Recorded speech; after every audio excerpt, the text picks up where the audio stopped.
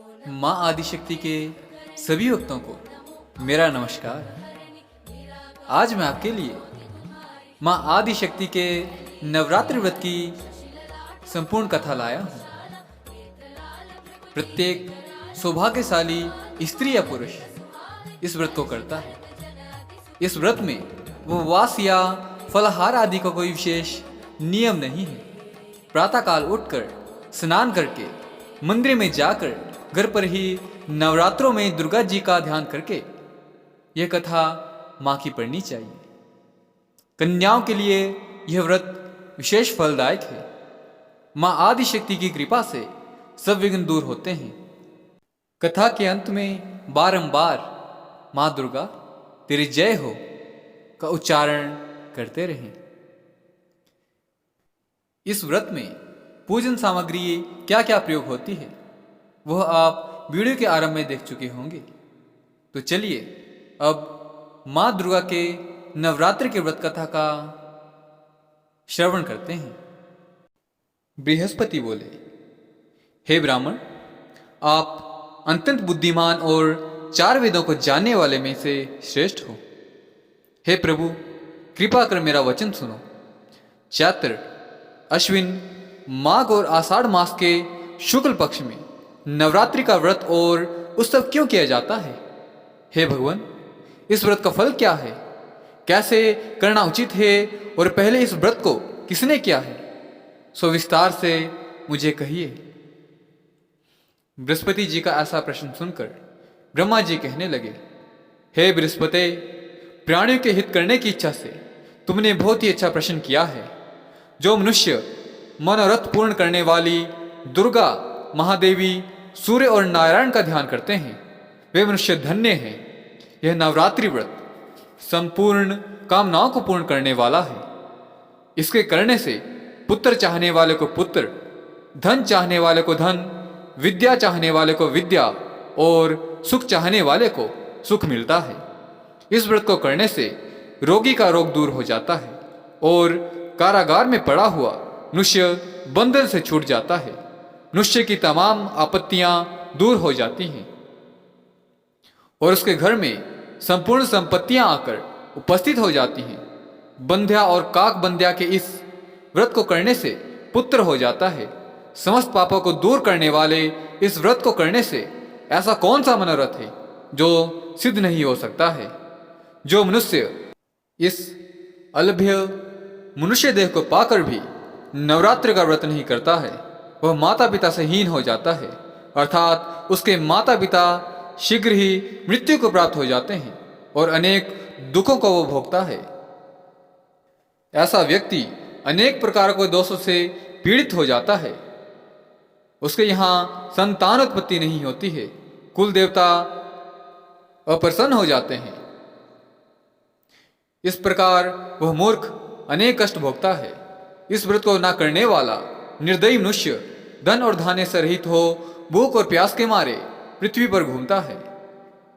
जो सद्वा स्त्री भूल से भी इस व्रत को नहीं करती है वह पति से हीन होकर नाना प्रकार के दुखों को भोगती है। यदि व्रत करने वाला मनुष्य सारे दिन का उपवास न कर सके तो एक समय भोजन करें और उस दिन बांधवों सहित नवरात्र का कथा का श्रवण करें। हे बृहस्पति, जिसने पहले इस महाव्रत को किया है उसका पवित्र इतिहास मैं तुम्हें सुनाता हूं, तुम सावधान होकर सुनो।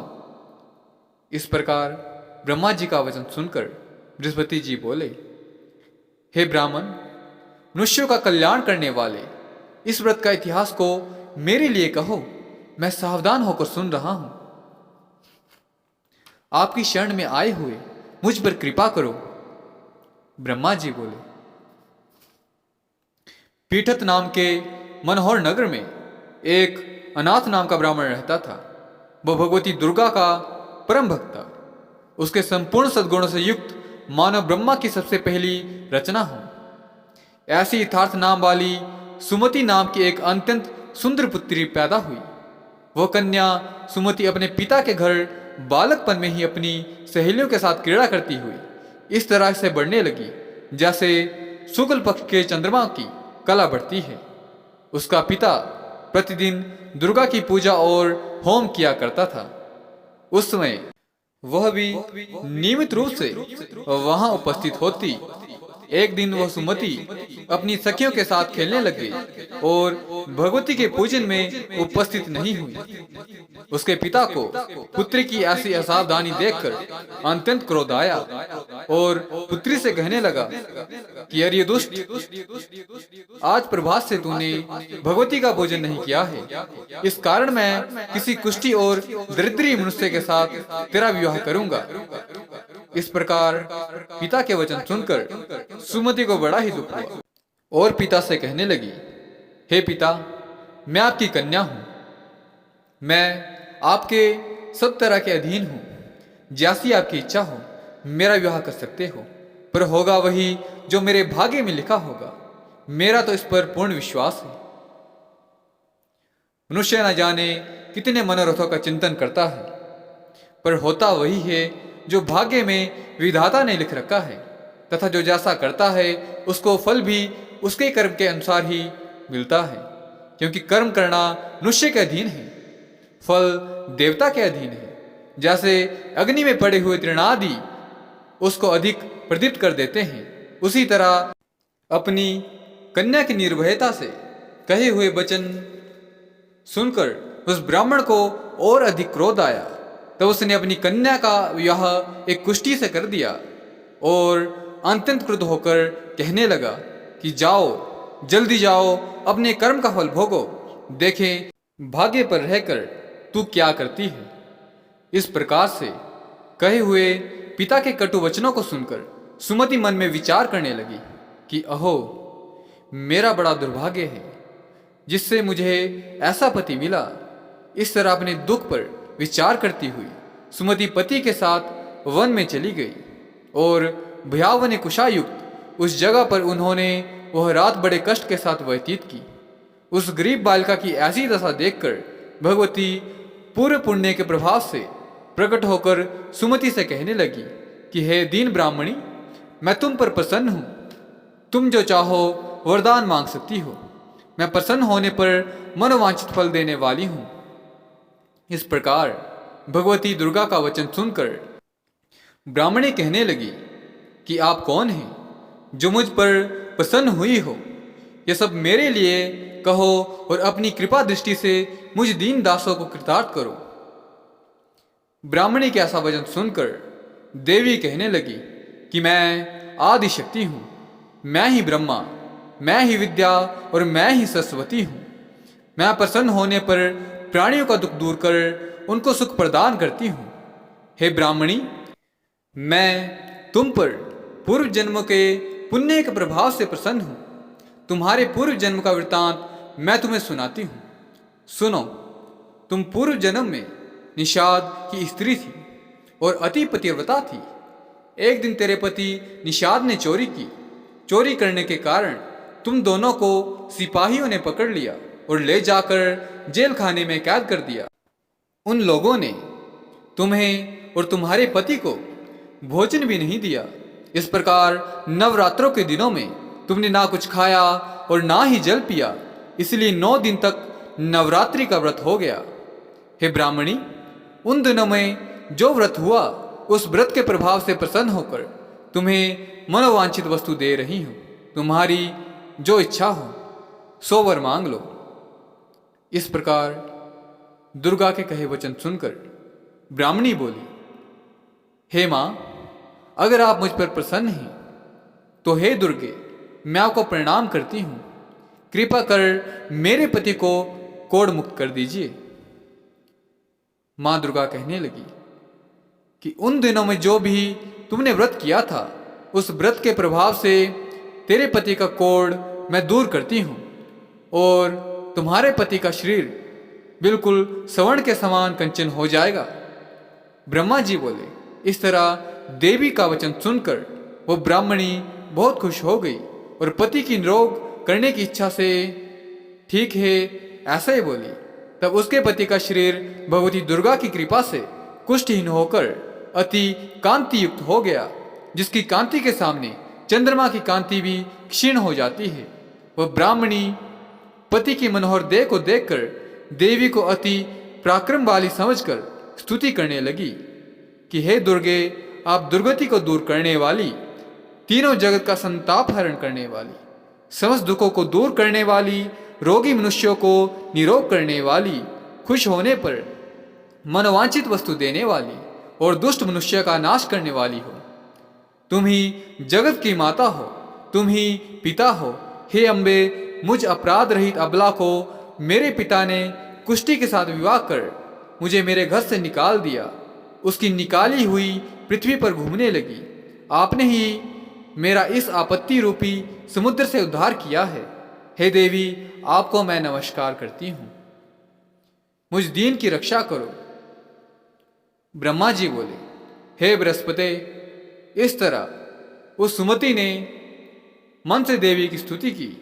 उसके द्वारा की गई देवी की स्तुति सुनकर देवी को बहुत संतोष हुआ और ब्राह्मणी से कहने लगी कि हे पुत्री, उद्दायक नाम का अति बुद्धिमान, धनवान, कीर्तिमान और जितेंद्रिय पुत्र शीघ्र ही होगा। ऐसा कहकर वह देवी ब्राह्मणी से फिर कहने लगी कि हे ब्राह्मणी, और जो कुछ तेरी इच्छा हो वही मनोवांछित वस्तु मांग सकती हो।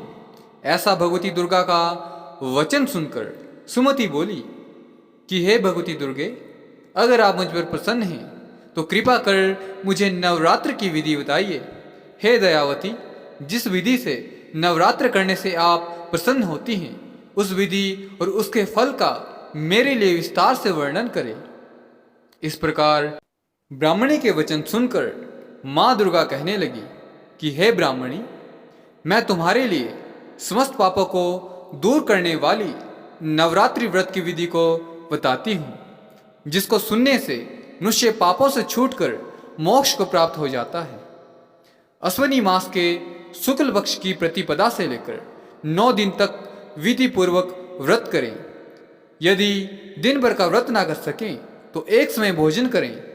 पढ़े लिखे ब्राह्मणों से पूछकर घट स्थापना करें और वाटिका बनाकर उसको प्रतिदिन जल से सींचें। महाकाली, महालक्ष्मी और महासरस्वती इनकी मूर्तियां बनाकर इनकी नित्य विधि सहित पूजा करें और पुष्पों से विधि पूर्वक अर्घ्य दें। बिजौरा के फूल से अर्घ्य देने से रूप की प्राप्ति होती है। जायफल से कीर्ति, दाग से कार्य की सिद्धि होती है।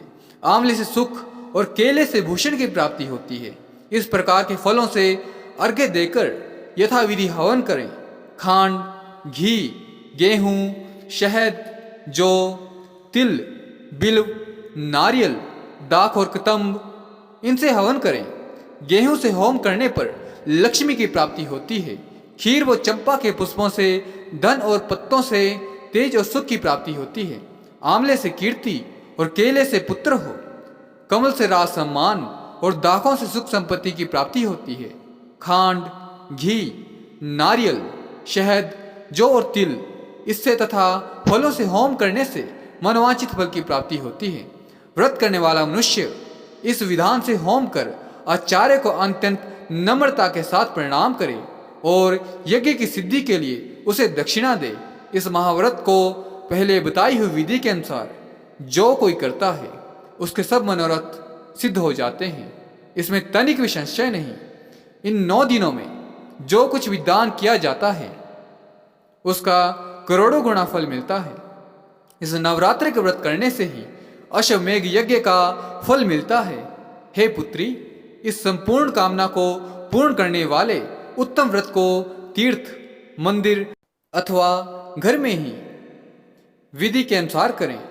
ब्रह्मा जी बोले, हे बृहस्पति, इस प्रकार ब्रह्माणी को व्रत की विधि और फल बताकर देवी अंतर ध्यान हो गई।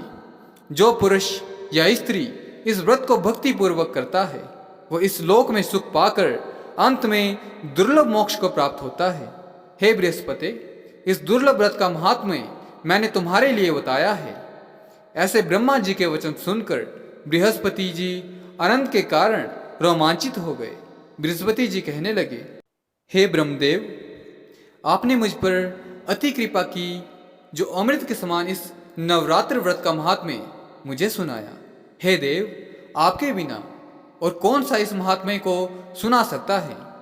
ऐसे बृहस्पति जी के वचन सुनकर ब्रह्मा जी बोले कि हे बृहस्पति, तुमने सब प्राणियों का हित करके इस अलौकिक व्रत को सुना है, इसलिए तुम धन्य हो।